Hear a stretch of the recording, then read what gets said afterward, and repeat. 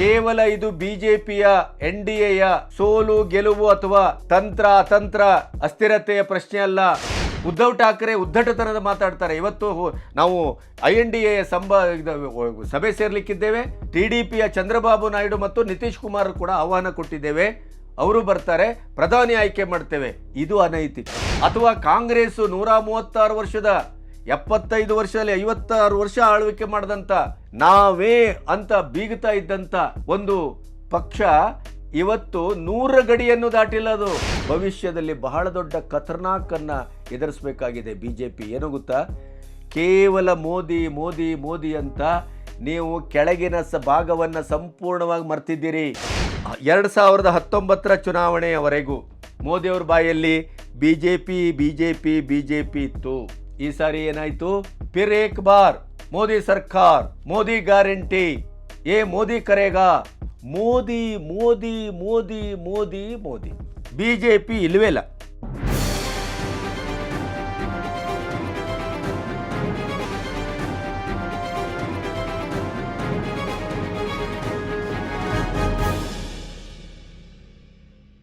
ನಮಸ್ತೆ, B Ganapati news ಚಾನಲ್ಗೆ ಸ್ವಾಗತ. ಕೆಲವರು ನನಗೆ ನಿನ್ನೆ 2 ವಿಡಿಯೋದಲ್ಲಿ ಮೋದಿ ಮತ್ತು ಅಮಿತ್ ಶಾ ಈ ಜೋಡೆತ್ತಿನ ದಶಕದ ಆಡಳಿತದಲ್ಲಿ ಆದ ತಪ್ಪುಗಳನ್ನು, ಸ್ವಯಂಕೃತ ಅಪರಾಧವನ್ನು ನಾನು ಎತ್ತಿ ತೋರಿಸಿದ್ದಕ್ಕೆ ಕೆಲವರು ಏನು ನೀವು ಬದಲಾದರ ಅನ್ನುವಂಥ ಪ್ರಶ್ನೆಯನ್ನೆಲ್ಲ ಕೇಳಿದ್ದಾರೆ. ಇಲ್ಲ, ಬದಲಾವಣೆಯ ಪ್ರಶ್ನೆ ಅಲ್ಲ. ಮೂಲಭೂತವಾಗಿ ಈ ರೀತಿಯ ಅನಿರೀಕ್ಷಿತವಾದಂಥ ಒಂದು ಫಲಿತಾಂಶ ಬರಲಿಕ್ಕೆ ಕಾರಣ ಏನು? ಎಲ್ಲವೂ ಇದ್ದು, ಒಡವೆ ಇದ್ದು ಬಡವಿ ಅಂತಾರಲ್ಲ ನಮ್ಮಲ್ಲಿ. ನೀವು ಅಭಿವೃದ್ಧಿಯನ್ನು ಮಾಡಿದ್ರಿ, ದೇಶ ಕಟ್ಟುವ ಕೆಲಸವನ್ನು ಮಾಡಿದ್ರಿ, ಸನಾತನ ಧರ್ಮದ ಪುನರುತ್ಥಾನದ ಮಹಾಯಜ್ಞವನ್ನು ಸರ್ವವ್ಯಾಪಿಯಾಗಿ ಮಾಡಿದ್ರಿ, ರಾಮನ ಪುನರ್ ಪ್ರತಿಷ್ಠಾಪನೆ ಮಾಡಿದ್ರಿ, GDPಯನ್ನು ಅತ್ಯಂತ ಸ್ಥಿರತೆಗೆ ತಂದ್ರಿ, ಎಲ್ಲವನ್ನೂ ಮಾಡಿದ್ರಿ. ಆದರೆ ತಾವೇ ಅನ್ನುವ, ತಮ್ಮಿಂದಲೇ ಅನ್ನುವ, ತಾವೇನು ಮಾಡಿದರೂ ನಡೀತದೆ ಅನ್ನುವ, ಎದುರು ಪಕ್ಷವನ್ನು ಅತ್ಯಂತ ನಿಕೃಷ್ಟವಾಗಿ ಕಾಣುವ, ಸರ್ಕಾರಿ ಯಂತ್ರಗಳನ್ನು, ಸರ್ಕಾರಿಯ ಇಲಾಖೆಗಳನ್ನು ನಾವು ಹೇಗೆ ಬೇಕಾದರೂ ಬಳಸ್ಕೋಬಹುದು ಅನ್ನುವಂಥ ಒಂದು ದಾಷ್ಟ್ಯವನ್ನು ತೋರಿಸಿದ್ದು, ಅದರ ಪರಿಣಾಮವನ್ನು ನೀವು ಇವತ್ತು ಎದುರಿಸ್ತಾ ಇದ್ದೀರಿ. ಕೇವಲ ಇದು ಬಿಜೆಪಿಯ NDAಯ ಸೋಲು ಗೆಲುವು ಅಥವಾ ತಂತ್ರ ಅತಂತ್ರ ಅಸ್ಥಿರತೆಯ ಪ್ರಶ್ನೆ ಅಲ್ಲ. ಏನೋ ಈ ದೇಶದ, ಈ ನೆಲದ ಪುಣ್ಯ ಸೌಭಾಗ್ಯ, 75 ವರ್ಷಗಳಲ್ಲಿ ನಾವು ಸಂಪೂರ್ಣವಾಗಿ ಮತ ಬ್ಯಾಂಕ್ ರಾಜಕೀಯದ ಒಂದು ಒಕ್ಕೂಟವನ್ನು ನೋಡಿ ನೋಡಿ ನೋಡಿ ನಮ್ಮ ಸನಾತನ ಧರ್ಮ ಅಥವಾ ನಮ್ಮ ಸಂಸ್ಕೃತಿ, ನಮ್ಮ ಅಸ್ಮಿತೆ, ಅಖಂಡ ಭಾರತ ಅಥವಾ ಭಾರತದ ಒಂದು ಸ್ವಾಭಿಮಾನ ಇವೆಲ್ಲವನ್ನು ಕಳ್ಕೊಂಡಿದ್ದೆವು. ಮೋದಿಯ ನೇತೃತ್ವದಲ್ಲಿ ಒಂದು ಸೌಭಾಗ್ಯ ಅನ್ನುವ ರೀತಿಯಲ್ಲಿ ಅದನ್ನು ನಾವು ಮತ್ತೆ ಪಡ್ಕೊಳ್ಳುವಂಥ ಒಂದು ಅದ್ಭುತ ಹೆಜ್ಜೆಯನ್ನು ಕ್ರಮಿಸಿದೆವು. ಈ ದಶಕ ಭಾರತದ ಪುನರುತ್ಥಾನದ ದಶಕ. ಅದು ಇನ್ನೂ ಮುಂದುವರಿಯುವ ಎಲ್ಲ ಸಾಧ್ಯತೆಗಳಿತ್ತು. ನಿಮ್ಮ ಹತ್ರ ಎಲ್ಲ ಅಸ್ತ್ರಶಸ್ತ್ರಗಳಿದ್ವು. ಆದರೆ ಕೆಲವು ಸ್ವಯಂಕೃತ ಅಪರಾಧ, ದೋಷಗಳು ಮತ್ತು ಭಾವೋದ್ವೇಗ, ಅತ್ಯಂತ ಅಮಿತವಾದಂಥ, ಅತಿಯಾದಂಥ, ಅದು ಅಹಂಕಾರ ಅನ್ನಿಸಿಕೊಳ್ಳುವಷ್ಟು ಮಟ್ಟಿನ ಆತ್ಮವಿಶ್ವಾಸ, ಇವನ್ನು ನಾನು ಬೊಟ್ಟು ಮಾಡಿದ್ದೆ. ಯಾಕೆ ಅಂತಂದರೆ ಈಗ NDAಗೆ ಬಹುಮತ ಇದೆ. ಮೋದಿಯವರು ಮತ್ತೆ ಪ್ರಧಾನಿ ಆಗುವುದರಲ್ಲಿ ಯಾವ ಸಂಶಯವೂ ಬೇಡ. 28-31 ಕಿಚಡಿ ಈ INDAಕ್ಕಿಂತ 99 ಸೀಟನ್ನು ಬಂದವರೇ ನೈತಿಕವಾಗಿ ಮೋದಿಯವರು ರಾಜೀನಾಮೆ ಕೊಡಬೇಕು ಅಂತಂದರೆ 293 NDA ಮತ್ತು ಸ್ವತಂತ್ರವಾಗಿ BJP 241 ಸೀಟನ್ನು ಗೆದ್ದು ಪ್ರಬಲವಾದಂಥ ಏಕಪಕ್ಷವಾದಂಥ ಸ್ಥಿತಿಯಲ್ಲಿ ಇವತ್ತು ಭಾರತದಲ್ಲಿ ನಿಂತಿದೆ. 241 ಎದುರು ನಿಮ್ಮದು ಕೇವಲ 99ಕ್ಕೆ ಮತ್ತೆ ಕಿಚಡಿ. ಆಮೇಲೆ ನೈತಿಕತೆಯ ಪಾಠವನ್ನು ಕಾಂಗ್ರೆಸ್ಸು ಮಾಡುವ ಸಾಧ್ಯತೆ ಇಲ್ಲ. ನಿಮ್ಮದೇ ಇಂಡಿ ಕೂಟದವರು ಒಮರ್ ಅಬ್ದುಲ್ಲಾ ಹೇಳಿದ್ದಾರೆ, ಕುದುರೆ ವ್ಯಾಪಾರ ಮಾಡಬೇಡಿ, ಇದು ಸರಿಯಾದ್ದಲ್ಲ ಅಂತ. ಚುನಾವಣೆಯ ಪೂರ್ವದಲ್ಲಿ ಯಾವ ಒಪ್ಪಂದ ಇತ್ತೋ ಅದರ ಪ್ರಕಾರ ನಡೆಯೋಣ ಅಂತ ಹೇಳಿದ್ದಾರೆ ಅವರು. ಒಂದು ರೀತಿಯಲ್ಲಿ ಆ ಮನುಷ್ಯ ಬೇರೆ ರೀತಿಯಲ್ಲಿ ಎಲ್ಲ ರಾಜಕೀಯವಾಗಿ ಬೇರೆ ಬೇರೆ ರೀತಿಯಲ್ಲಿ ಅವರನ್ನು ಆಕ್ಷೇಪಿಸಬಹುದು. ಆದರೆ ಈ ಒಂದು ವಿಷಯದಲ್ಲಿ ಭಾಳ ಶುದ್ಧವಾಗಿ ಮಾತಾಡಿದ್ದಾರೆ. ಚುನಾವಣಾ ಪೂರ್ವದ ಒಪ್ಪಂದದ ಪ್ರಕಾರ NDAಗೆ ಸ್ಪಷ್ಟ ಬಹುಮತ ಇದೆ, 293. ನಿಮಗೆ ಬಹುಮತದ ಪ್ರಶ್ನೆನೇ ಇಲ್ಲ, ಅದರಲ್ಲೂ ನೀವು 100 ದಾಟಿಲ್ಲ. ಇಂಥ ಸ್ಥಿತಿಯಲ್ಲಿ ನೈತಿಕತೆಯ ಪಾಠವನ್ನು ಹೇಗೆ ಮಾಡ್ತೀರಿ? ನೀವು ಹೇಗೆ ನಿತೀಶ್ ಕುಮಾರ್ ಮತ್ತು TDP ಚಂದ್ರಬಾಬು ನಾಯ್ಡುವನ್ನು ನಿನ್ನೆನೇ ಸಂಪರ್ಕಿಸುವ ಕೆಲಸವನ್ನು ಹೇಗೆ ಮಾಡಿದ್ರಿ? ಅದು ನೈತಿಕತೆನಾ? ಅದು ಅನೈತಿಕ ಅಲ್ವಾ? ಅದು ಅನೈತಿಕ ರಾಜಕಾರಣ ಅಲ್ವಾ? ಚುನಾವಣಾ ಪೂರ್ವದ ಒಪ್ಪಂದದ ಪ್ರಕಾರ ಅವರು NDAಯ ಕೂಟದಲ್ಲಿದ್ದಾರೆ. NDAಯ ಕೂಟದಲ್ಲಿ ಇದ್ದವರನ್ನು ನೀವು ಹೇಗೆ ಸಂಪರ್ಕಿಸ್ತೀರಿ? ಉದ್ಧವ್ ಠಾಕ್ರೆ ಉದ್ದಟತನದ ಮಾತಾಡ್ತಾರೆ. ಇವತ್ತು ನಾವು INDAಯ ಸಭೆ ಸೇರಲಿಕ್ಕಿದ್ದೇವೆ, TDPಯ ಚಂದ್ರಬಾಬು ನಾಯ್ಡು ಮತ್ತು ನಿತೀಶ್ ಕುಮಾರ್ ಕೂಡ ಆಹ್ವಾನ ಕೊಟ್ಟಿದ್ದೇವೆ, ಅವರು ಬರ್ತಾರೆ, ಪ್ರಧಾನಿ ಆಯ್ಕೆ ಮಾಡ್ತೇವೆ. ಇದು ಅನೈತಿಕ. ಈಗ ನಾವು ಇಲ್ಲಿ ಚರ್ಚೆ ಮಾಡ್ತಾ ಇರೋದೇನು? ವಾರಣಾಸಿಯನ್ನು ನ ಭೂತೋ ನ ಭವಿಷ್ಯತಿ ಅನ್ನುವ ರೀತಿಯಲ್ಲಿ ಅಭಿವೃದ್ಧಿ ಮಾಡಿದಂಥ, ಉತ್ತರ ಪ್ರದೇಶದಲ್ಲಿ ರಾಮನ ಪುನರ್ ಪ್ರತಿಷ್ಠಾಪನೆ ಮಾಡಿದಂಥ, ಯೋಗಿ ಆದಿತ್ಯನಾಥನಂಥ ಅದ್ಭುತ ಒಬ್ಬ ಆಡಳಿತಗಾರ ಇದ್ದಂಥ ಪ್ರದೇಶದಲ್ಲಿ ಅಷ್ಟು ಉತ್ತರ ಪ್ರದೇಶದಲ್ಲಿ ಕೇವಲ 29 ಸ್ಥಾನವನ್ನು ಗಳಿಸ್ಕೊಂಡ್ರೆ, ಹಿಂದೆ ಒಟ್ಟು ಉತ್ತರದ ರಾಜ್ಯಗಳಲ್ಲಿ 176 ಸ್ಥಾನವನ್ನು ಗಳಿಸಿತ್ತು NDA. ಈ ವರ್ಷ 127ಕ್ಕೆ ಕುಸಿದಿದೆ. 49 ಸೀಟು ಕೋತಾ. ಇವತ್ತು ಅಧಿಕಾರಕ್ಕೆ ಬರಬೇಕು ಅಂದರೆ ಎಷ್ಟು ಸೀಟ್ ಕೋತಾ ಇದೆ? 241. 31 ಸೀಟ್ ಕೊರತೆ ಇದೆ, ಹೌದಲ್ಲ? 272ಕ್ಕೆ. ಅದರಲ್ಲಿ 17 ಇತರೆ ಇದೆ. ಇತರೆ ಒಮ್ಮೆ ಪೂರ್ಣವಾಗಿ ನೀವು ತಗೊಳ್ತಾರೆ ಅಂತ ಆದರೆ ಕೇವಲ 14 ಸೀಟು ಕೊರತೆ. 14 ಸೀಟು ನಿತೀಶ್ ಕುಮಾರ್ ಇಲ್ಲದೇನೆ. ನಿತೀಶ್ ಕುಮಾರ್ ಪಲ್ಟಿ ಹೀರೋ ಅಂತ ಹೇಳ್ತೇವಲ್ಲ, ಎಷ್ಟೊತ್ತಿಗೆ ಎಷ್ಟು ಬೇಕಾದರೂ ಅವರಿಗೆ ಸ್ವಾರ್ಥಕ್ಕಾಗಿ ಅವ್ರು ಎಷ್ಟೊತ್ತಿಗೆ ಎಲ್ಲಿ ಬೇಕಾದ್ರೂ ಹಾರ್ತಾರೆ. ಅವರನ್ನು ನೀವು ನಂಬಲಿಕ್ಕಾಗೋದಿಲ್ಲ ಅಂತ ಹೇಳ್ತಿರಲ್ಲ. ಅವ್ರದ್ದಿರೋದು 12 ಸೀಟು, ಇಲ್ಲಿ TDP ಇರೋದು 16. TDP ಅಲ್ಲಿ ಅತ್ಯಂತ ಹಿಂಸಾತ್ಮಕವಾಗಿ ಜಗನ್ನಾಥ್ ರೆಡ್ಡಿ ಎದುರು ಜೈಲಿಗೆ ಹೋಗಿ ಅವಮಾನವನ್ನು ಸಹಿಸಿ ಎಲ್ಲವನ್ನ ಮಾಡಿ ಅವರಿವತ್ತು ಅಲ್ಲಿ ಸ್ವತಂತ್ರವಾಗಿ ಅಧಿಕಾರಕ್ಕೆ ಬಂದಿದ್ದಾರೆ. BJPಯ ಮತ್ತು ಅವರ ಒಟ್ಟು TDPಯ ಅಲಯನ್ಸು ಅದ್ಭುತವಾಗಿ ಕೆಲಸ ಮಾಡಿದೆ. ಅವ್ರಿಗೂ ಕೂಡ ಅಲ್ಲಿ BJPಯ ಅನಿವಾರ್ಯತೆ ಇದೆ.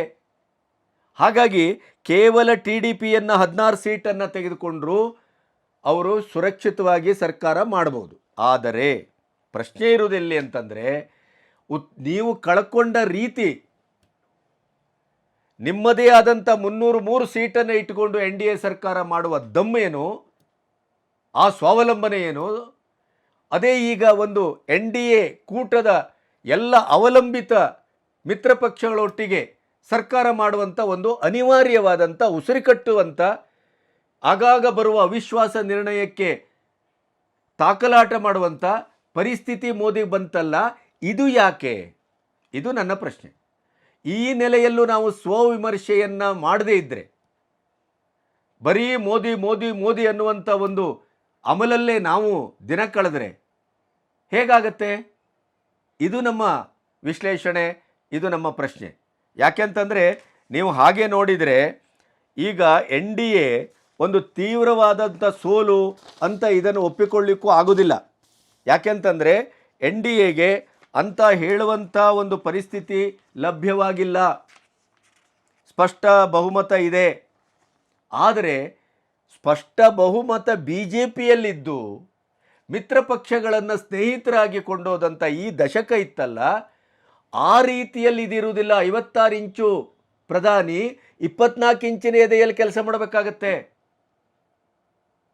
ಯಾವುದೇ ನಿರ್ಣಯವನ್ನು ಏಕಸ್ವಾಮ್ಯದಿಂದ ತೆಗೆದುಕೊಳ್ಳುವ ಹಾಗಿಲ್ಲ. That is the problem. ಆ ಪ್ರಾಬ್ಲಮ್ ಯಾರ್ದು? ಕಾಂಗ್ರೆಸ್ಸಿನವ್ರದಲ್ಲ. NDA ಕೂಟದವರು ಏನು ಅಂತ ನ ಭೂತೋ ನ ಭವಿಷ್ಯತಿ ಅನ್ನುವ ರೀತಿಯಲ್ಲಿ ಏನೂ ಪರ್ಫಾರ್ಮ್ ಮಾಡಿಲ್ಲ.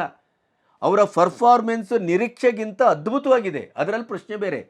ಆದರೆ NDA ಕೂಟವನ್ನು ಅಧಿಕಾರದಿಂದ ತಪ್ಪಿಸುವಂಥ ಕೆಲಸ ಮಾಡುವಲ್ಲಿ ಯಶಸ್ವಿ ಆಗಿಲ್ಲ. ಅಥವಾ ಕಾಂಗ್ರೆಸ್ಸು 136 ವರ್ಷದ 75 ವರ್ಷದಲ್ಲಿ 56 ವರ್ಷ ಆಳ್ವಿಕೆ ಮಾಡಿದಂಥ, ನಾವೇ ಅಂತ ಬೀಗುತ್ತಾ ಇದ್ದಂಥ ಒಂದು ಪಕ್ಷ ಇವತ್ತು 100 ಗಡಿಯನ್ನು ದಾಟಿಲ್ಲ ಅದು. ಯಾರಿಗೆ ಸ್ವಾಭಿಮಾನದ ಪಾಠವನ್ನು ಮಾಡ್ತಾರೆ, ಯಾರಿಗೆ ನೈತಿಕತೆಯ ಪಾಠವನ್ನು ಮಾಡ್ತಾರೆ, ಅದು ಪ್ರಶ್ನೆ ಬೇರೆ.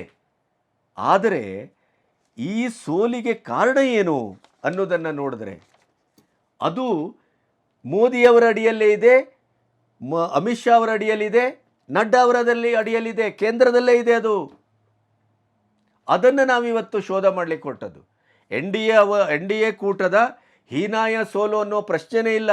ಮತ್ತು ಮೋದಿಯವರು ಇವತ್ತು ಪ್ರಧಾನಿ ಆಗಬಾರ್ದು, ಪ್ರಧಾನಿಯಿಂದ ಕೆಳಗಿಳಿಬೇಕು, ರಾಜೀನಾಮೆ ಕೊಡಬೇಕು, ಇವೆಲ್ಲ ಅರ್ಥಹೀನ ಪ್ರಶ್ನೆಗಳು. ಕಾಂಗ್ರೆಸ್ಸಿನ ಮಾಮೂಲಿ ಚಾಳಿ ಅದು. ಹಾಗೆ ನೋಡಿದರೆ 1991 PVN ಅಧಿಕಾರಕ್ಕೆ ಬಂದರು. ಆರ್ಥಿಕ ಉದಾರೀಕರಣದ ಮೊದಲ ಹೆಜ್ಜೆಯನ್ನು ಇಟ್ಟರು ಅವರು ಮತ್ತು ಮನಮೋಹನ್ ಸಿಂಗ್ ಸೇರಿಕೊಂಡು. ಆ ಸಂದರ್ಭದಲ್ಲೂ ಕೂಡ ಕಾಂಗ್ರೆಸ್ ಗೆದ್ದದ್ದು ಕೇವಲ 244 ಸೀಟು ಅಧಿಕಾರ ಮಾಡಿದರು. ಅದೇ 99 ವಾಜಪೇಯಿಯವರ ಕಾಲ BJP ಗೆದ್ದದ್ದು ಕೇವಲ 182 ಸೀಟು, ಆವಾಗಲೂ ಅಧಿಕಾರ ಮಾಡಿದ್ರು.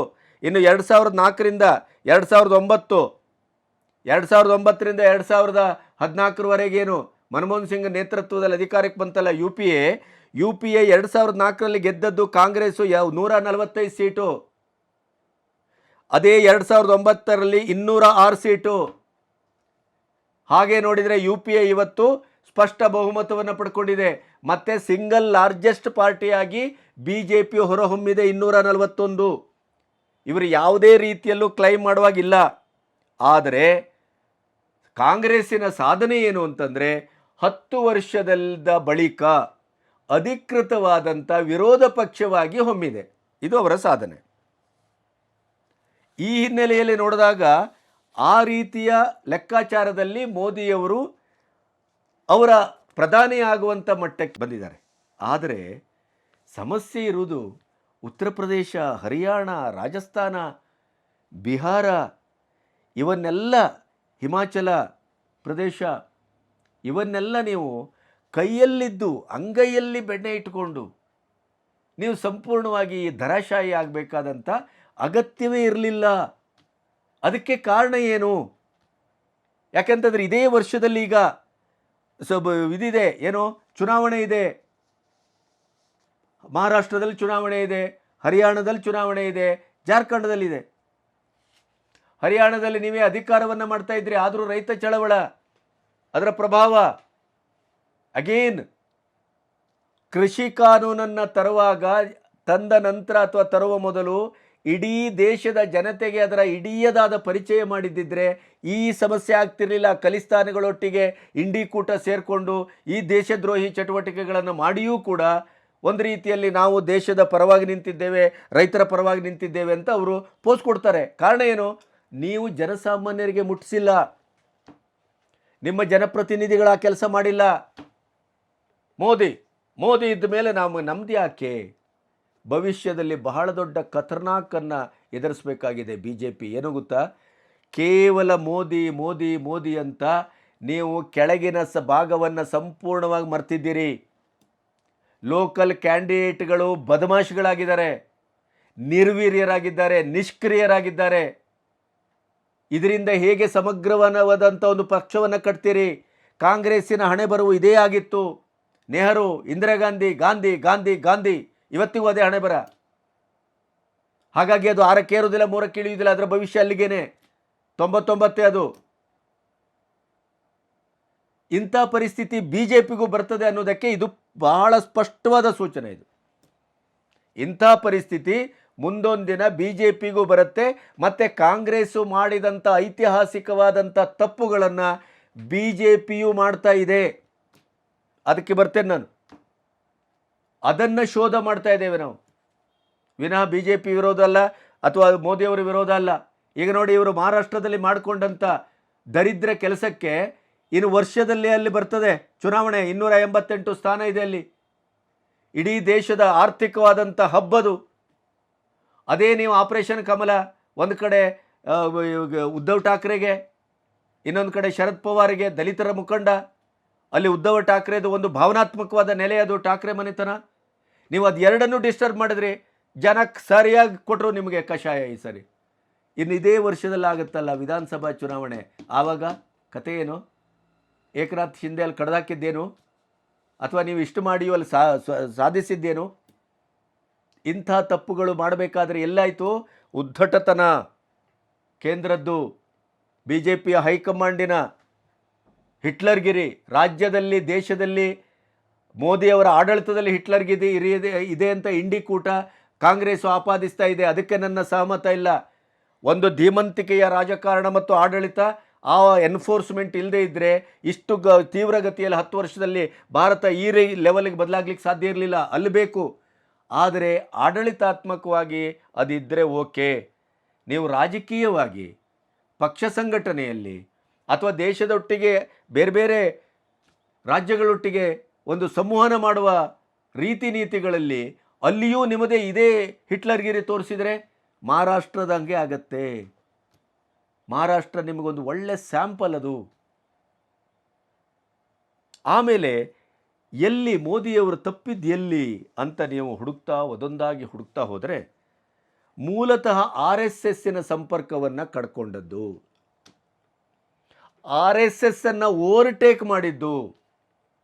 ಒಂದು, ಮೋದಿಯವರ ಆಯ್ಕೆ ಗೋವಾದಲ್ಲಿ ಆದಾಗಲೇ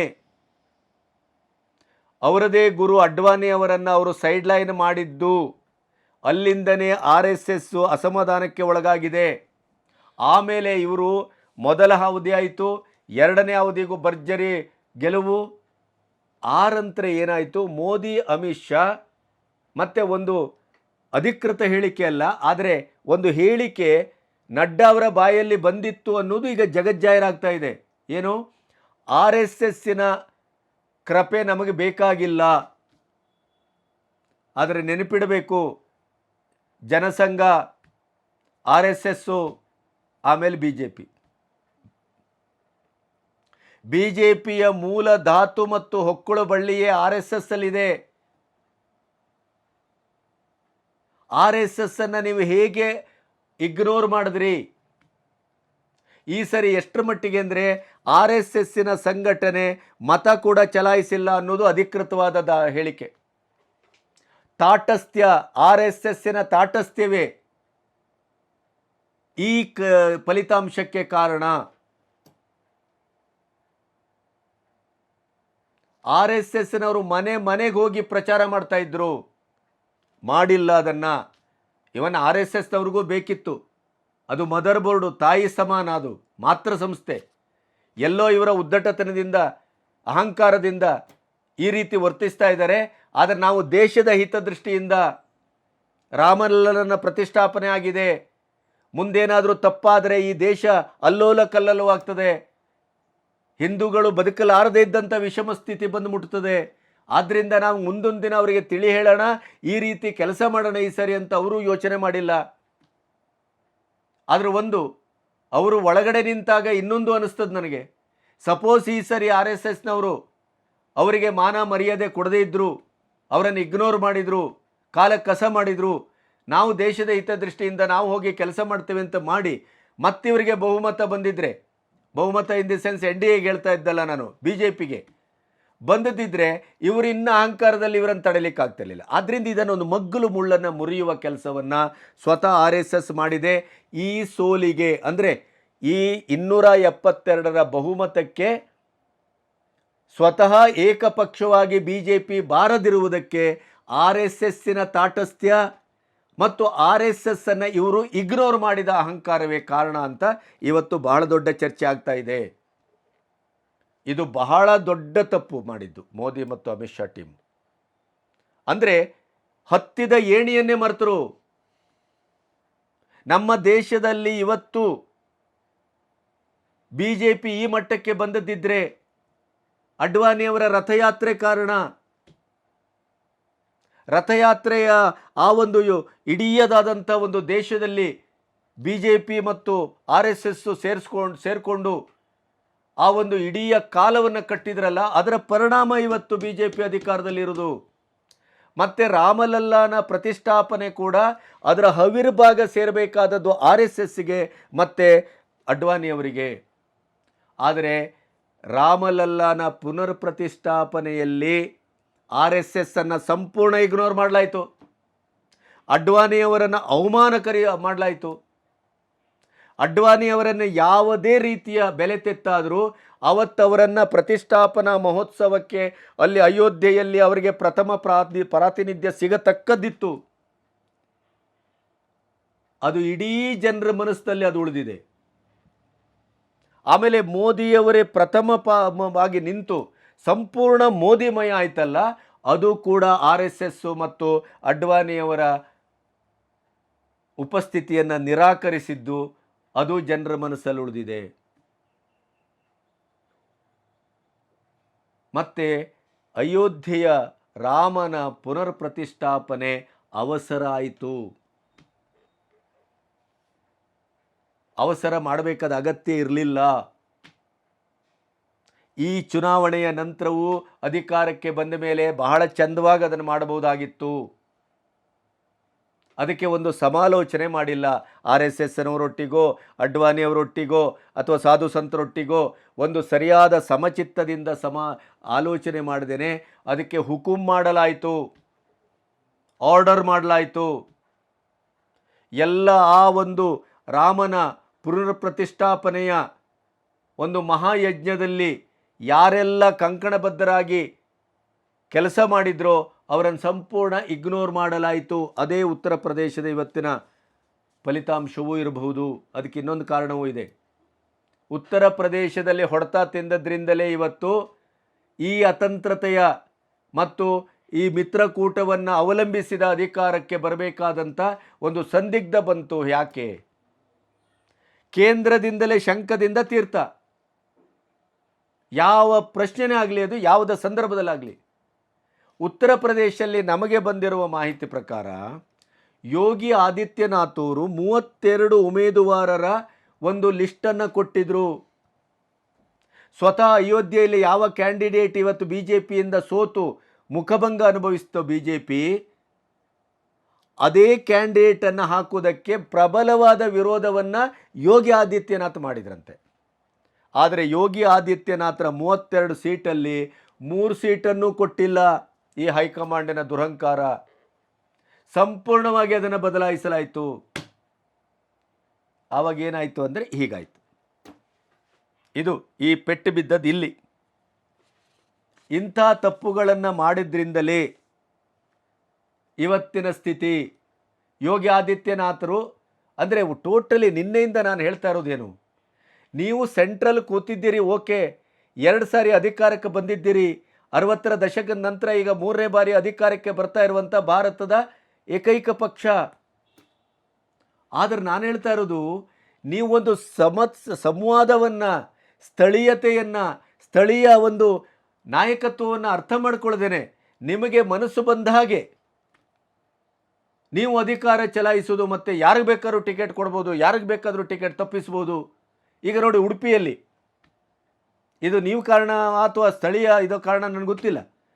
ಆದರೆ ಈ ಪರಿಷತ್ತಿನ ಸಂದರ್ಭದಲ್ಲಿ ನೀವು ಅಲ್ಲಿ ಏನು ಮಾಡಿದ್ರಿ? ರಘುಪತಿ ಭಟ್ರನನ್ನು ಏನು ಮಾಡಿದ್ರಿ? ಎಂಥ ಮುಖಭಂಗ ಅದು. ಬಾಕಿಯವರಾದರೂ ಸುಸೈಡ್ ಮಾಡ್ಕೋಬೇಕು. ಯಾಕೆಂತಂದರೆ ಇದೇ ಬುರ್ಕಾ ಪ್ರಕರಣದಲ್ಲಿ ಎಂಥ ಹೋರಾಟವನ್ನು ಕೊಟ್ಟರವರು ಅಲ್ಲಿ, ಅಂಥವರಿಗೆ ನೀವು ಇವತ್ತು ಸೈಡ್ಲೈನ್ ಮಾಡಿದ್ರಿ. ಪ್ರತಾಪ್ ಸಿಂಹನ್ ಥರ ಉತ್ತರ ಪ್ರದೇಶದಲ್ಲಿ ಆದದ್ದು ಅದೇ. ಯೋಗಿ ಆದಿತ್ಯನಾಥರನ್ನು ಕಡೆಗಣಿಸಿದ್ದು. ರಾಜಸ್ಥಾನದಲ್ಲಿ ಅದೇ ಆದದ್ದು. ವಸುಂಧರಾ ರಾಜೇ ಅವರನ್ನು ಕಾಲಕಸ ಮಾಡಿದ್ರಿ. ಈ ರೀತಿಯ ನಿಮ್ಮ ಮನೋಭಾವ ಕರ್ನಾಟಕದಲ್ಲಿ 17 ಅಲ್ಲ, 21 ಅಲ್ಲ, 22 ಬರಬೇಕಿತ್ತು. ಯಾಕೆ ಹೀಗಾಯಿತು?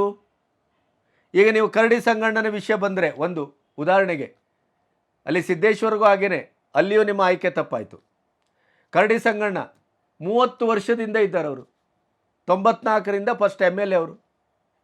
ಆಮೇಲೆ ಈಗ ಸಿಟ್ಟಿಂಗ್ MP. ಅವ್ರ ಮಗಳಿಗೆ ಮಧ್ಯದಲ್ಲಿ ವಿಧಾನಸಭಾ ಟಿಕೆಟ್ ಕೊಟ್ಟರೆ ಸೋತರು. ಅಲ್ಲಿ ಅವರಿಗೆ ಎದುರು ನಿಂತಂಥ ಮನುಷ್ಯ ಯಾರು ಅಂತಂದರೆ ಒಬ್ಬ ಡಾಕ್ಟ್ರು. ಆ ಡಾಕ್ಟ್ರು ಅವರು ರಾಜಕೀಯದಲ್ಲಿ ಇದ್ದವರಲ್ಲ. ಆದರೆ ಅವರ ಕ್ರೈಟೀರಿಯಾ ಏನು, ಅವರು ಹೇಗೆ ಟಿಕೆಟ್ ತಗೊಬಂದರು ಅಂತಂದರೆ ಡಾಕ್ಟರ್ ಕ್ಯಾವಟರ್ ಅಂತ ಅವರ ಅಪ್ಪ MLA ಆಗಿದ್ದರು. ಆದರೆ ಇವ್ರಿಗೆ ಹೇಗೆ ಟಿಕೆಟ್ ಸಿಕ್ತು, ಇದರ ಮಜಾ ಕೇಳಿ. ಅಂದರೆ ಎಷ್ಟರ ಮಟ್ಟಿಗೆ ಇವರಿಗೆ ದುರಂಕಾರ ಅಂತ. ಅಮಿತ್ ಶಾ ಅವರ ಮಗನ ಫ್ರೆಂಡ್ ಇವರು, ಗುಜರಾತಲ್ಲಿ ಓದ್ದವ್ರು ಇವರು, ವೈದ್ಯಕೀಯ, ಅಲ್ಲಿಂದ ಟಿಕೆಟ್ ತಗೊಬಂದವ್ರೆ. ಇಲ್ಲಿ 30 ವರ್ಷದಿಂದ ರಾಜಕೀಯ ಮಾಡಿದಂಥ ಕರಡಿ ಸಂಗಣ್ಣ ಗೋವಿಂದ, ಹಾಗಾಗಿ ಹೊಡೆಸ್ಕೊಂಡ್ರಿ. ಅದ್ರ ಜೊತೆಗೆ ವಿಜಯೇಂದ್ರನನ್ನು ಅಧ್ಯಕ್ಷ ಅಂತ ಮಾಡಿದ ಮೇಲೆ, ಹೈಕಮಾಂಡಿನ ಆರ್ಡರ್ ಬಂದ ಮೇಲೆ ಇಲ್ಲಿಯ ಎಲ್ಲ ಪ್ರತಿನಿಧಿಗಳು, ಎಲ್ಲ ನಿಮ್ಮ ಇವರು ಏನು ನಾಯಕರು ಅದನ್ನು ಏಕಕಂಠದಿಂದ ಒಪ್ಪಿಕೊಳ್ಳುವ ಹಾಗೆ ಒಂದು ವಾತಾವರಣವನ್ನು ಸೃಷ್ಟಿ ಮಾಡೋದು ಯಾರ ಜವಾಬ್ದಾರಿ? ಹೈಕಮಾಂಡಿನ ಜವಾಬ್ದಾರಿ, ಹೌದಲ್ಲ? ಅದು ಮಾಡಲಿಲ್ಲ ನೀವು. ಇಲ್ಲಿ ಯತ್ನಾಳು ಬಾಯಿಗೆ ಬಂದಾಗ ಮಾತಾಡ್ಲಿಕ್ಕೆ ಶುರು ಮಾಡಿದರು, ಸದಾನಂದ ಗೌಡರು ಮಾತಾಡ್ಲಿಕ್ಕೆ ಶುರು ಮಾಡಿದರು, CT ರವಿ ಮಾತಾಡ್ಲಿಕ್ಕೆ ಶುರು ಮಾಡಿದರು. ಎಲ್ಲ ಬೇಲಿಗೂಟಗಳು ವಿಜಯೇಂದ್ರನ ಮೇಲೆ ದಾಳಿ ಮಾಡಲಿಕ್ಕೆ ಶುರು ಮಾಡಿದರು. ಹಾಗಾದರೆ ನಿಮ್ಮ ಹೈಕಮಾಂಡಿನ ಆಣತಿಗೆ ಎಲ್ಲಿ ಬೆಲೆ ಇದೆ?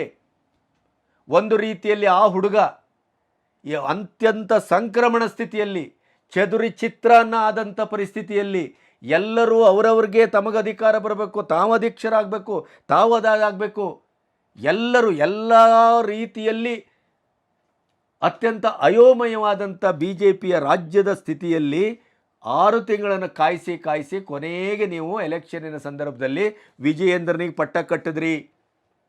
ಆ ಪಟ್ಟ ಕಟ್ಟಿ ನಿನಗೆ ಅಧಿಕಾರವನ್ನು ಕೊಟ್ಟಿದ್ದೇವೆ, ಆದರೆ ನಿನಗೆ ಪಕ್ಕದಿಂದ ಬರುವಂಥ ಎಲ್ಲ ಬಾಣಗಳನ್ನು, ದುರುಸುಗಳನ್ನು, ಅಟಂಬಾಂಬ್ಗಳನ್ನು ಸಹಿಸ್ಕೊಂಡು ಈ ಮಕ್ಕಳು ಇದರಲ್ಲಿ ಆಡ್ತಾರಲ್ಲ, ಅಲ್ಲಿ ಎದುರುಗಡೆಯಿಂದ ಎಲ್ಲ ಬರ್ತವೆ ಡಮ್ ಡಮ್ ಡಮ್ ಅಂತ, ಅದನ್ನು ತಪ್ಸ್ಕೊಂಡು ಹೋಗ್ಬೇಕಲ್ಲ, ಆ ಥರ ಒಂದು ಆಟ ಮಾಡಿಬಿಟ್ರಲ್ರಿ. ಅದ್ರ ಮಧ್ಯೆ ಆ ಹುಡುಗ ಅಪ್ಪನ ಅಭಯ ಇನ್ನೇನೋ ಏನೋ ಹೋರಾಟ ಮಾಡಿ 17 ಸೀಟನ್ನು ನಿಮ್ಮ ಮಾನ ಉಳಿಸಿದರು. ಯತ್ನಾಳ್ ಉಳಿಸಿದ್ರ ಮಾನನ? ಅವರ ವಿರೋಧಿಗಳು ಯಾರು, ಅವನನ್ನು ಮಾತಾಡಿದವರು ಯಾರು ಉಳಿಸಿದ್ರಾ? ಯಾರು ಉಳಿಸಿದರು? ಇದೇ ಆಪರೇಷನ್ ಕಮಲ ಮಾಡಿ ಅಧಿಕಾರಕ್ಕೆ ಬಂದ ಸ್ವಲ್ಪದರಲ್ಲೇ ಅತ್ಯಂತ ನಿಷ್ಕರುಣೆಯಿಂದ ಅವಮಾನಕಾರಕವಾಗಿ ಯಡಿಯೂರಪ್ಪನನ್ನು ಕೆಳಗಿಳಿಸಿದ್ರಿಂದಲೇ BJP ಬಂದದ್ದು. ಮತ್ತು ಆ ಕೊಯ್ಲೇಷನ್ ಗೌರ್ಮೆಂಟು ಆ ಬ್ಲೂ ಬಾಯ್ಸ್, ಬಾಂಬೆ ಬಾಯ್ಸನ್ನು ಕರ್ಕೊಬಂದು ಅಧಿಕಾರ ಅಂತ ಮಾಡಿ ಸಂಪೂರ್ಣ BJP ಪಕ್ಷವನ್ನು ನಾಶ ಮಾಡಿ, ಇಲ್ಲಿ ಆ ಪ್ರತಿ ಮನುಷ್ಯ, ಒಬ್ಬ ಹುಡುಗನಿಂದ ಹಿಡಿದು ಪ್ರತಿಯೊಬ್ಬರು ನಿಮ್ಮ ಭ್ರಷ್ಟಾಚಾರದ ಬಗ್ಗೆ ಮಾತಾಡುವಂಥ ಪರಿಸ್ಥಿತಿ ಬಂತು. ಅದಕ್ಕಾಗಿಯೇ ಕಾಂಗ್ರೆಸ್ ಒಂದು ಪರ್ಯಾಯ ಅವಕಾಶ ಕೊಟ್ಟರು. ಇಂಥ ಒಂದು ಕೆಲಸಗಳನ್ನು ನಿರಂತರವಾಗಿ ಮಾಡ್ಕೊಬಂದು ವಿಜಯೇಂದ್ರನಿಗೆ ಅಧಿಕಾರ ಕೊಟ್ಟ ಮೇಲೆ ಎಲ್ಲರೂ ಅದನ್ನು ಒಬೆ ಮಾಡತಕ್ಕದ್ದು ಅಂತ ಯಾಕೆ ಆರ್ಡರ್ ಮಾಡಿಲ್ಲ? ಯತ್ನಾಳು ಹಾಡೇ ಹಗಲು ಕಾಂಗ್ರೆಸ್ಸಿನವರು ಕೂಡ ಅಷ್ಟು ಅಟ್ಯಾಕ್ ಮಾಡಿಲ್ಲ. ಕಾಂಗ್ರೆಸ್ನವರು ಅಟ್ಯಾಕ್ ಮಾಡೋದಕ್ಕೆ ಎಲ್ಲ ವಸ್ತು ಸಾಮಗ್ರಿಗಳೆಲ್ಲ ಕೊಟ್ಟದೇ ಯತ್ನಾಳ್. ಇಂಥ ಒಂದು ಪರಿಸ್ಥಿತಿಯನ್ನು ನಿರ್ಮಾಣ ಮಾಡಿದವರು ಯಾರು? ಅದನ್ನು ಹತೋಟಿಗೆ ತರದೇ ಇದ್ದವ್ರು ಯಾರು? ಅದನ್ನು ಕಂಟ್ರೋಲ್ ಮಾಡದೇ ಇದ್ದವ್ರು ಯಾರು? ಗೂಳಿಗಳಾಗೆ ಈ ಕೆಲವರೆಲ್ಲ ಮಾತಾಡ್ಲಿಕ್ಕೆ ಬಿಟ್ಟು, ವಿಜಯೇಂದ್ರ ನೀನು ನಮಗೆ 21 ಸೀಟ್ ತರಬೇಕು ಅಂದರೆ ಯಾವ ಅಪ್ಪನ ಮನೆಯಿಂದ ತರೋದು? ಏನದು? ಇದು ಹೈಕಮಾಂಡಿನ ತಪ್ಪು, ಹೈಕಮಾಂಡಿನ ದುರಾಡಳಿತ, ದುರಹಂಕಾರ. ಅದರ ಮಧ್ಯೆಯೂ 17 ಸೀಟ್ ಬಂತಲ್ಲ, ಅದು ವಿಜಯೇಂದ್ರನ ತಾಕತ್ತು ಅಂತ ಒಪ್ಪಬೇಕು. ಇಂಥ ಒಂದು ಸ್ಥಿತಿಯನ್ನು ತಂದುಕೊಳ್ಳುವುದಕ್ಕೆ ಕಾರಣ ಇನ್ನೊಂದು ಬಹಳ ಮುಖ್ಯವಾದದ್ದು, ಮೋದಿ ಪ್ರಿಯರಿಗೆ ಬಹಳ ನೋವಾಗುವಂಥ ಒಂದು ಸ್ಟೇಟ್ಮೆಂಟನ್ನು ನಾನು ಮಾಡ್ತಾ ಇದ್ದೇನೆ. ಆದರೆ ಇದು ಸತ್ಯ. 2019ರ ಚುನಾವಣೆಯವರೆಗೂ ಮೋದಿಯವ್ರ ಬಾಯಲ್ಲಿ BJP ಇತ್ತು. ಈ ಸಾರಿ ಏನಾಯಿತು? ಫಿರ್ ಏಕ್ ಬಾರ್ ಮೋದಿ ಸರ್ಕಾರ, ಮೋದಿ ಗ್ಯಾರಂಟಿ, ये मोदी करेगा, ಮೋದಿ ಮೋದಿ ಮೋದಿ ಮೋದಿ ಮೋದಿ. BJP ಇಲ್ಲವೇ ಇಲ್ಲ. ಪ್ರತಿಯೊಂದು ಅವರ ಭಾಷಣವನ್ನು ನೋಡಿ, ಪ್ರತಿಯೊಂದು ಭಾಷಣ ಮೋದಿ ಅನ್ನೋದನ್ನು ಬಿಟ್ಟರೆ BJP ಅಂತ ಬರುವುದೇ ಇಲ್ಲ. ಇದು ದೊಡ್ಡ ದೌರ್ಬಲ್ಯ. ಇದು ಭವಿಷ್ಯಕ್ಕೂ ಹೊಡೆತ ಕೊಡುತ್ತೆ. ಇದು ಮೋದಿಯವರು ಒಳ್ಳೆ ಪ್ರಧಾನಿ, ಮೋದಿಯವರು ಅದ್ಭುತವಾದ ಕೆಲಸ, ಮೋದಿಯವರು ರಾಷ್ಟ್ರವನ್ನು ಕಟ್ಟುವ ಕೈಂಕರ್ಯದ ಕಂಕಣಬದ್ಧತೆಯನ್ನು ಅದ್ಭುತವಾಗಿ ನಿರ್ವಹಿಸಿದ್ದಾರೆ. ಪ್ರಪಂಚದ ಲೆವೆಲಲ್ಲಿ ಒಬ್ಬ ವಿಶ್ವನಾಯಕನಾಗಿ ಹೊಮ್ಮಿದ್ದಾರೆ. ಈ ಕಾಂಗ್ರೆಸ್ ND ಕೂಟದ ಮಾತು ಬಿಟ್ಟುಬಿಡಿ, ನಿಜವಾಗಿಯೂ ಅದು ಸತ್ಯ. ಆದರೆ ವಿದ್ಯೆ ವಿನಯೇನ ಶೋಭಿತೆ, ಒಬ್ಬ ನಾಯಕನ ಗುಣ ಏನು? ವಿನಯ. ನಾನು ಎಲ್ಲಿಂದ ಬಂದೆ, ಯಾವ ಪಕ್ಷದ ವಕ್ತಾರ, ನಾನು ಯಾವ ಪಕ್ಷದ ಒಂದು ಮುಂದಾಳು, RSS, ಅಡ್ವಾನಿ, ವಾಜಪೇಯಿ, ಮುರಳಿ ಮನೋಹರ್ ಜೋಶಿ ಅವರು ಒಂದು ಕಾಲದಲ್ಲಿ ತನ್ನ ಕ್ಷೇತ್ರವನ್ನೇ ಬಿಟ್ಟುಕೊಟ್ರು. ಆದರೆ ಅವರನ್ನು ರಾಜಕೀಯದ ಕ್ಷೇತ್ರದಿಂದಲೇ ದೂರ ಮಾಡಿಬಿಟ್ರು. ಹಳಬರನ್ನೆಲ್ಲ ವಾಶೌಟ್ ಮಾಡಿದ್ರಿ. ಕನಿಷ್ಠ ಮಟ್ಟದ ಸೌಜನ್ಯ ಇಲ್ಲ, ಗೌರವ ಇಲ್ಲ. ಈ ಚುನಾವಣೆಯಲ್ಲಿ ಸಂಪೂರ್ಣ ಮೋದಿಮಯ ಮಾಡಿದಿರಿ. That is a problem. BJP vote ಕೊಡಿ ಅಂತ ಕೇಳಲಿಲ್ಲ, ಮೋದಿಗೆ ವೋಟ್ ಕೊಡಿ ಅಂದ್ರಿ. ಮೋದಿ ಕಾ ಸರ್ಕಾರ ಅಂತಂದ್ರಿ, ಫಿರ್ ಏಕ್ ಬಾರ್ ಮೋದಿ ಸರ್ಕಾರ ಅಂತಂದ್ರಿ, BJP ಸರ್ಕಾರ ಅಂತ ಹೇಳಲಿಲ್ಲ. ಹೆತ್ತ ತಾಯಿಯನ್ನು ಹೇಗೆ ಮರಿತೀರಿ? ಬಂದ ನೆಲೆಯನ್ನು ಹೇಗೆ ಮರಿತೀರಿ? ಇದಕ್ಕೆ ಅಹಂಕಾರ ಹೇಳಬೇಕೋ, ದರ್ಪ ಅಂತ ಹೇಳೋ, ದಾಷ್ಟ್ಯ ಅಂತ ಹೇಳೋ, ಏನು ಅಂತ ಹೇಳಿ? ನಿಮ್ಮನ್ನು ಪ್ರೀತಿಸುವುದಕ್ಕಾಗಿ, ಮೋದಿಯವರು ಬೇಕು ಅನ್ನುವುದಕ್ಕಾಗಿ, ಮೋದಿಯವರು ಈ ದೇಶವನ್ನು ಕಟ್ಟುವ ಕೆಲಸವನ್ನು ಇನ್ನೂ ಮಾಡಬೇಕು ಅನ್ನುವಂಥ ಒಂದು ಪ್ರೀತಿ ಮತ್ತು ಕಳಕಳಿಯ ಕಾರಣಕ್ಕಾಗಿ ಈ ತಪ್ಪುಗಳನ್ನು ಪಟ್ಟಿ ಮಾಡ್ತಾ ಇದ್ದೇನೆ. ಉತ್ತರ ಪ್ರದೇಶದಲ್ಲಿ ನಿಮ್ಮ ದುರಹಂಕಾರದ, ನಿಮ್ಮ ಹೈಕಮಾಂಡಿನ ಲಿಸ್ಟು ಅಂತೇಳಿ ಕಳಿಸಿದ್ರಲ್ಲ, ಅದೇ ಹೊಡೆಸ್ಕೊಂಡದ್ದು. ಕರ್ನಾಟಕದಲ್ಲಿ ಅಷ್ಟು ಹೀನಾಯವಾಗಿ 23ರ ವಿಧಾನಸಭೆಯ ಚುನಾವಣೆಯಲ್ಲಿ ಇದನ್ನೇ ಮಾಡಿದ್ದು ನೀವು. ಸ್ಥಳೀಯರ ಯಾರನ್ನೂ ಕೇಳಲಿಲ್ಲ. ಆಮೇಲೆ ದೊಡ್ಡ ದೊಡ್ಡ ಮುಖಂಡರುಗಳು 20, 30, 40 ವರ್ಷ ಅಂದರೆ ಈ ರಾಜಕೀಯವನ್ನು ಮಾಡ್ಕೊಬಂದಂಥವರನ್ನು ಅವರೊಟ್ಟಿಗೊಂದು ಸಣ್ಣ ಮಾತುಕತೆ ಮಾಡ್ದೇನೆ ಅವರನ್ನು ಕಿತ್ತು ಬಿಸಾಡಿದ್ರಿ. ಕರ್ನಾಟಕದಲ್ಲಿ ಸರಿ ಹೊಡೆಸ್ಕೊಂಡ್ರಿ. ಆದರೆ ಅದೇ ತಪ್ಪನ್ನು ಉತ್ತರ ಪ್ರದೇಶದಲ್ಲಿ ಮಾಡ್ತೀರಿ. ಯಾಕೆ ಮಾಡಿದ್ರಿ ಹೇಳಿ? ರಾಮ ಇದ್ದಾನೆ, ಮೋದಿ ಇದ್ದಾರೆ, ಅಭಿವೃದ್ಧಿ ಇದೆ. ಈ ದೇಶದ ರಾಜಕೀಯದಲ್ಲಿ ಅದು ನಡೆಯುವುದಿಲ್ಲ. ಈ ದೇಶದ ರಾಜಕೀಯದಲ್ಲಿ ಅದಕ್ಕೆ ಹೊರತಾದಂಥ ದಾರಿಗಳಿದೆ. ನಿಮಗಿಲ್ಲಿ ಭಯೋತ್ಪಾದಕರಾಗಿ ಈ ದೇಶವನ್ನು ನುಂಗಿ ನೀರು ಕುಡಿತಾರೆ ಅಂತ ಗೊತ್ತಿದ್ರೂ ಕೂಡ ಅದಕ್ಕೆ ಒಂದು ಬೇರೆಯೇ ಆದಂಥ ಸ್ಟ್ರಾಟಜಿಯನ್ನು ಮಾಡಬೇಕಾದ ಅನಿವಾರ್ಯತೆ ಇದೆ. ಕೇವಲ ಹಿಂದೂ ಧರ್ಮ, ಹಿಂದುತ್ವ ನಿಮ್ಮ ಕೈ ಹಿಡಿಯುವುದಿಲ್ಲ. ಆದರೆ ಅದು ಇನ್ನೊಂದು ಧರ್ಮಕ್ಕೆ, ಅಲ್ಪಸಂಖ್ಯಾತರಿಗೆ ಅವರ ಧರ್ಮವೇ ಕೈ ಹಿಡಿಯುತ್ತದೆ. ಹಿಂದೂಗಳು ಒಗ್ಗಟ್ಟಾದ ದಾಖಲೆಯೇ ಇಲ್ಲ. ಇಲ್ಲದಿದ್ರೆ ಈ ದೇಶವನ್ನು 800-900 ವರ್ಷಗಳು ಯಾರೇ ಸುಲ್ತಾನರು, ಮೊಘಲರು ಆಳ್ತಿರಲಿಲ್ಲ, ಬ್ರಿಟಿಷರು ಆಳ್ತಿರಲಿಲ್ಲ.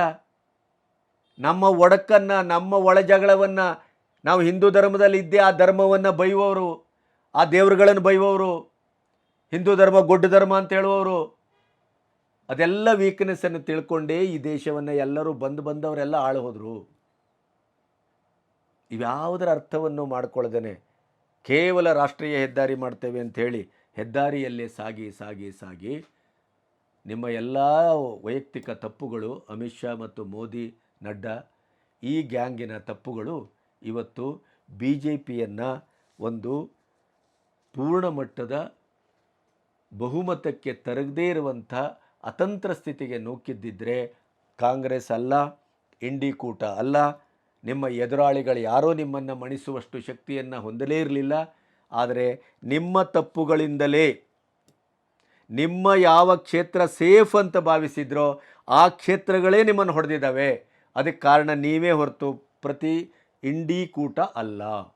ಇನ್ನಾದರೂ ಇದನ್ನು ಅರ್ಥ ಮಾಡಿಕೊಂಡು ಸ್ಥಳೀಯ ಆಡಳಿತಕ್ಕೆ, ಸ್ಥಳೀಯ ರಾಜಕಾರಣಕ್ಕೆ, ಸ್ಥಳೀಯ ಮುಖಂಡರಿಗೆ ಸ್ವಾಯತ್ತೆಯನ್ನು, ಸ್ವಾವಲಂಬನೆಯನ್ನು ಕೊಡುವ ಮೂಲಕ ಈ ನಾವೇ ಮಾಡಿದ್ದು, ನಮ್ಮ ಶಂಕದಿಂದ ಬಿದ್ದ ತೀರ್ಥವೇ ತೀರ್ಥ ಅನ್ನುವಂಥ ಅಹಂಕಾರ, ದರ್ಪ ಇದನ್ನೆಲ್ಲ ಬಿಟ್ಟು ಪ್ರಜಾಪ್ರಭುತ್ವದ ನಿಜವಾದಂಥ ಮನೋಧರ್ಮದಲ್ಲಿ ನೆಲೆಯಲ್ಲಿ ಕೆಲಸ ಮಾಡೋದನ್ನು ಕಲ್ತರೆ BJP ಹೈಕಮಾಂಡ್ ಈ ಆದ ತಪ್ಪನ್ನು ಅತ್ಯಂತ ಶೀಘ್ರದಲ್ಲೇ ಸರಿಪಡಿಸ್ಕೋಬಹುದು. ಮತ್ತು ಅಧಿಕಾರ ಇದೆ ಅಂತ ಅದರ ದುರುಪಯೋಗ ಮಾಡ್ಕೊಳ್ಳಿಕ್ಕೆ ಹೋಗಬೇಡಿ. ಹಿಂಬಾಗಿಲಿನಿಂದ ಅಧಿಕಾರಕ್ಕೆ ಬರುವ ಚಾಳಿಯನ್ನು ನಿಲ್ಲಿಸಿ, ಮತ್ತು ಸರ್ಕಾರದ ತನಿಖಾ ಸಂಸ್ಥೆಗಳನ್ನು ಮನಸ್ಸಿಗೆ ಬಂದಾಗೆ ಬಳಸುವುದನ್ನು, ಆ ಚಾಳಿಯನ್ನು ನಿಲ್ಲಿಸಿ. ಆವಾಗ ಮಾತ್ರ ನಾವು ನಿರೀಕ್ಷೆ ಮಾಡಿದಂಥ ಮೋದಿ, ನಾವು ನಿರೀಕ್ಷೆ ಮಾಡಿದಂಥ BJP, ನಾವು ನಿರೀಕ್ಷೆ ಮಾಡಿದಂಥ ದೇಶೋದ್ಧಾರ ಸಾಧ್ಯವಾಗ್ತದೆ. ಆವಾಗ ನಿಮಗೆ ಜನ ನಿಮ್ಮ ಬೆನ್ನಿಗೆ ನಿಲ್ತಾರೆ. ಜನ ಇವತ್ತು ನಿಮ್ಮ ಅಹಂಕಾರಕ್ಕೆ ಒಂದು ಪೆಟ್ಟು ಕೊಟ್ಟು ಕಲಿಸಿದರೆ, ಕಲಿಯುವ ಧರ್ಮವನ್ನು ನೀವು ಈಗ ಹೊಂದಬೇಕಾಗಿದೆ ಅಷ್ಟೇ. ನಮಸ್ತೆ.